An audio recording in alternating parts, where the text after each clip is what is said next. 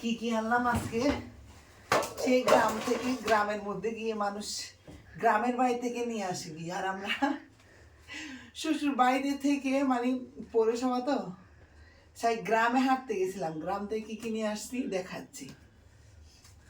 এই যে দেখো, গ্রাম থেকে নিয়ে আসছি পুঁই শাকের একদম টাটকা, বাজারে যেগুলো বিক্রি করা হয় এগুলো একদম শাক সহ, আর এগুলা টাটকা নিজের হাতে পায়রা নিয়ে এসেছি। পুঁই শাকের ডাঁটা, পুঁই শাকের ডাঁটা,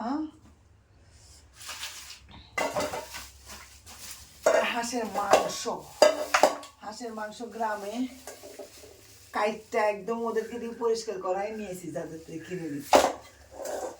আর এটা হলো মোচা, কলার মোচা। এই খাবারগুলা দেখো, এই খাবারগুলা এত লোভনীয়, মানুষ এই খাবারগুলার জন্য পাগল। আর আমি এগুলো নিয়ে এসি,